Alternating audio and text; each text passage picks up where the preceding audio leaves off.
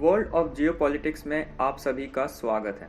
2029 के financial year में India की जीडीपी हो जाएगी $5 ट्रिलियन, बट तब तक इंडियन रुपीस भी 94 हो जाएगा अगेंस्ट 1 USD। ये इन्फॉर्मेशन सामने आई है IMF की रिपोर्ट में। आइए थोड़ी सी ब्रीफ में डिस्कशन करते हैं कि IMF ने आखिर इस रिपोर्ट में क्या कहा है। सबसे पहले IMF ने ग्रोथ रेट को ज़रा सा कट किया है इंडिया का, जो उसने कुछ समय पहले फोरकास्ट किया था।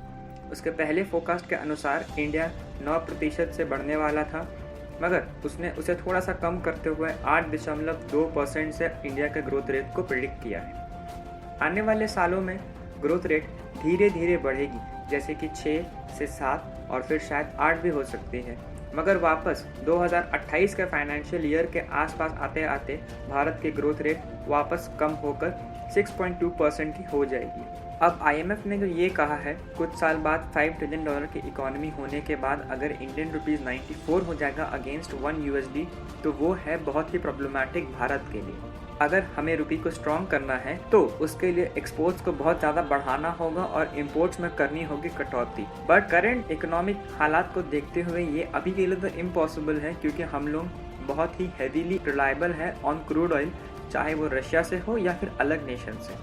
अगर इन द फ्यूचर जाके भारत इसका कोई सब्सिट्यूट ढूंढ लेता है, जैसे कि भारत पूरी तरह से डिपेंडेंट हो जाता है सोलर एनर्जी पर, तब क्रूड ऑयल के इंपोर्ट्स बहुत ड्रास्टिकली कम हो जाएंगे, जिसका सीधा सीधा इम्पैक्ट हमें दिखेगा इंडियन रुपी पर, जो फिर स्ट्रॉन्ग होता हुआ दिखाई देगा। एक दूसरा एस्पेक्ट ये है कि जैसा कि हम सब जानते हैं कि अभी in the past 1 year Bharat ने बहुत अच्छे एक्सपोर्ट्स किए हैं। अगर इन द फ्यूचर जाके भी भारत इसी रफ्तार से एक्सपोर्ट्स करे और अगर आने वाले वक्त में इतने मैसिव स्केल्स पर एक्सपोर्ट करे कि पहले का सारा एक्सपोर्ट डेटा छोटा लगने लगे, तब इंडियन रुपी को एक बहुत ही अच्छा बूस्ट मिलेगा।